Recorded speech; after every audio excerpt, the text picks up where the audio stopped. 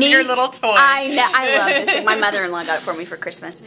If you can say your name for me and tell me who you're with. Okay, I'm Nancy Friemuth with the Crohn's and Colitis Foundation. Tell me, I want to go back actually to Robin's story. Okay. And Robin said, you know, there were times when she wasn't doing so well. Today she is doing well.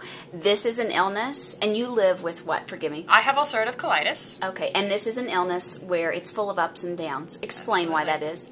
Well, the thing with IBD is that it waxes and wanes. We have periods of active disease called flare-ups and periods of remission, and that's one of the most frustrating things about these diseases and makes it really difficult for people to deal with. They never know when the next flare is coming, and sometimes it comes at the most inopportune moments when you're a student having finals, or you have a big life event such as a wedding or a graduation or something like that, and that can be one of the things that's most difficult for people to deal with. And there's no normal. What's normal for one person is not normal for someone else. Absolutely right, and that's part of the problem.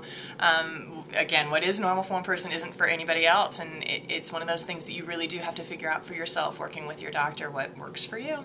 Tell me about the walk coming up. When is it? Give me all the fun details. Absolutely. June 5th at the Denver Zoo, or at 6:30 p.m. is when the registration and the gates open, and then we will actually walk at 7:30. We're going to have food and live music, and we're going to have a magician this year, and we'll have some art activities, lots of stuff going on, as well as just general admission to the zoo. So come on out and help us raise some money for a good cause. Now, when I've gone to the walk, I remember last year I was like, oh, raise your hand if you have IBD. And there weren't a ton of people. I'm sure they were out milling about. There are just as many people there who... To support, and that actually is one of my favorite things about the walk, is that the IBD community, the community of people who actually have these diseases, is only a portion of the people who are actually affected. Families, friends, all of the people who care about people who have IBD are also affected by what goes on in these people's lives every day, and it's so wonderful to see them come out and show their support.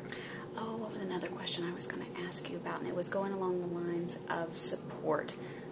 Darn it. I lost my train of thought. Sorry about that. You'll think of it as soon as I leave the room. Of course I will. How long does the walk last? Take me through the typical walk evening. People arrive at what time? Great. So if somebody shows up at 6:30 when the gates open, they would come to the registration tent and check in, turn in any donations that they have, collect their t-shirt that they've earned if they've raised enough money, and then go on into the zoo where we'll have live music and a tent where people can help with an art activity, magician doing some tricks. Food will be served. We'll have a lot of information booths that people can visit, and then at 7:30 we'll line up and we'll all take a march around the zoo, around the perimeter of the zoo. It's about 1 mile, and that'll be our opportunity to be together as a community to show our support for IBD. I remember my question. Rough guesstimate, because someone was asking me, how many Coloradans live with IBD? We think that it's somewhere between 30 and 40,000 people.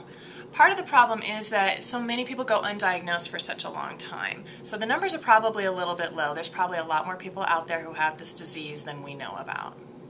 What is one of the common questions that people who don't have this illness may not understand, or something that, you know, the lay person who may not know anyone with this illness don't get? I think that you've actually just hit on that in asking your question. You probably know somebody who has it even if you don't know that about them.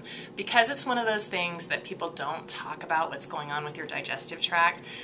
It's the kind of disease where people, even when they do have it, they don't share with a lot of people. I know people who have family members who don't know that they have Crohn's disease. And I think that's a really sad thing that people can't even share that with their families. It's a hard thing, because like you said, it's hard to talk about. Some people are open books, some people... Less so, definitely, definitely. Any advice that you would give someone who either think they may have this, always wondered, hey, something's up with me, or I've got a friend or a coworker and I want to learn more. How can they get started to learn more? I absolutely recommend the Crohn's and Colitis Foundation website at ccfa.org. Tons of information on there, both in terms of general resources about what the symptoms might be, also where to find doctors who can answer more specific questions, how to connect with other people who are going through IBD. Lots of resources right there on our website. What else didn't I ask you about that you want people to know about? We got the details about the walk out there. We know about the website. Brooke, I think you're covering all the details. Awesome. Yeah, you're on it. Great.